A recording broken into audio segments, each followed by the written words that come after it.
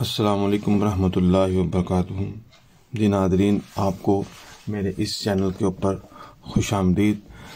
इस चैनल के अंदर हम उर्दू की जो हैंड राइटिंग है उसके जो बुनियादी जो हमारी गलतियां हैं उनकी इस्लाह करेंगे। जो अमूमन बड़ी क्लास के भी बच्चे इस तरह की गलतियां करते हैं, तो लिहाजा हम सीखेंगे कि वो उन अल्फाज को किस तरह लिखा जाता है जिन अल्फाज को बच्चे अमूमन गलत लिखते हैं। हालांकि बड़ी से बड़ी क्लास में भी वो वही गलतियां करते हैं जो वो छोटी क्लासेस के अंदर वो गलतियां किया करते थे, और क्योंकि उनको प्रॉपर गाइड नहीं किया जा रहा और जो असातिज़ा है उनके अंदर भी वो अल्फाज की गलतियां पाई जाती हैं। तो आज हम सीखेंगे इंशाअल्लाह कि उन अल्फाज को लिखने का जो सही तरीक़ाकार है वो किस तरह का है। तो आपके सामने एक पेज मौजूद है जहाँ पर ये कुछ पैराग्राफ लिखा हुआ है। आप देख सकते हैं ये 9th क्लास का एक बच्चा है, उसकी हैंड राइटिंग है। तो अब हम हर लफ्ज़ की इस्लाह करेंगे यहाँ पर और देखेंगे, आप लोग देखेंगे कि ये लफ्ज़ जो है वो कैसे लिखा जाता है। तो सबसे पहला हमारा जो वर्ड है वो है अलगू। अलगू लिखने का जो सही तरीका है वो जरा देख लीजिए। अलिफ और लाम और गाफ ये थोड़ा सा से ऊपर होते हैं।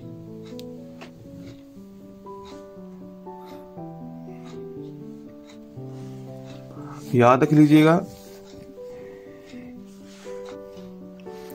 बच्चे अक्सर गलती क्या करते हैं कि वाओ और लाम को बिल्कुल एक समत में लिख देते हैं। जैसा कि ये अलिफ लिखा और इसके बाद जब ये लाम लिखा और उसकी इसी के साथ इसको वाओ को जोड़ देते हैं, तो ये सबसे बड़ी उनकी गलती होती है।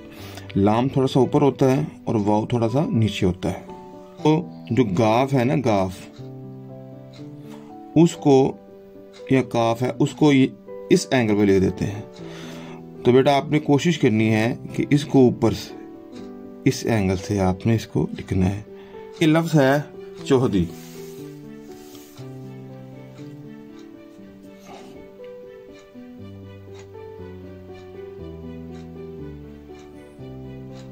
जी वाओ, जो इसमें हल्की सी यहाँ पर नोक बनानी चाहिए और वाओ और दाल का जो एंगल है वो एक जैसा होना चाहिए, एक साइज की होनी चाहिए।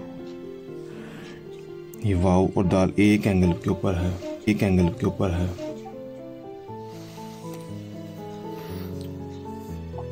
इस हा को बनाने में अमूमन तलबा जो है वो गलती करते हैं और बड़ी बुनियादी गलती करते हैं। कुछ जो हैं पहले इसको 8 बना के और फिर इस तरह करते हैं। मुख्तलिफ जो आपने इसको जिस तरह ये दाल मैंने बनाई हुई है इसी तरह ही आपने इसको पहले इस एंगल को बनाया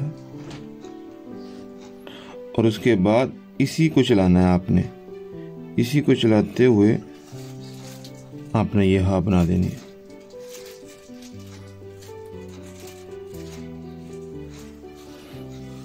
है। छोटी ये का जो नीचे वाला जो हिस्सा है ना, ये वाला, ये अमूमन लाइन के नीचे रहता है और ये इसको थोड़ी सी लंबाई के अंदर, उसके बाद ये थोड़ी सी स्पेस देंगे। जैसा कि यहाँ से इसको शुरू किया और इसको थोड़ा सा सीधा लेके, अमूमन बच्चे क्या करते हैं इसको नीचे की जानिब ले जाते हैं। आपने करना ये है, इसको सी की शक्ल बना देनी है आपने, जिसमें ABC का सी होता है। उसके बाद यहाँ पर आपने ये नून बना देना है का सी,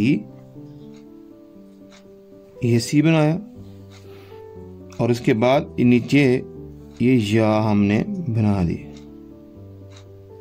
तो हमारी ये छोटी ये बन गई है। इसको पहले हल्की सी इसके अंदर गुलाई, यानी कि ये खम लेके आना है आपने और इसको ज़्यादा पीछे नहीं लेके जाना।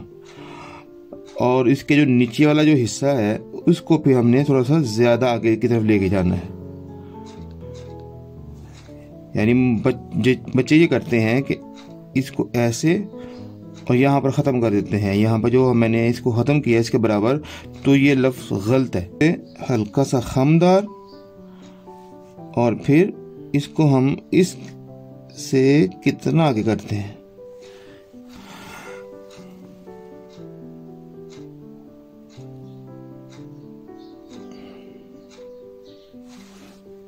अलगू चौधरी ने ये लफ्ज़ कैसे लिखा जाता है, इसको सीधा और फिर ऐसे, यानी यहाँ पर नोक बना देते हैं। कुछ इसको लंबा ले जाते हैं ऐसे, जो छोटे बच्चे होते हैं, जब तक उनकी इस्लाह ना की जाएगी तब तक वो यही गलती करेंगे। तो इसको बनाने का, इसको लिखने का जो सिंपल तरीकाकार वो ये है कि आपने इसके अंदर हल्की सी इब्तिदा में ही गुलाई बनानी है, नोक नहीं बनानी है। शक्ल एक ये शक्ल है और एक ये शक्ल है। जो लफ्ज़ लिखा हुआ है फैसला,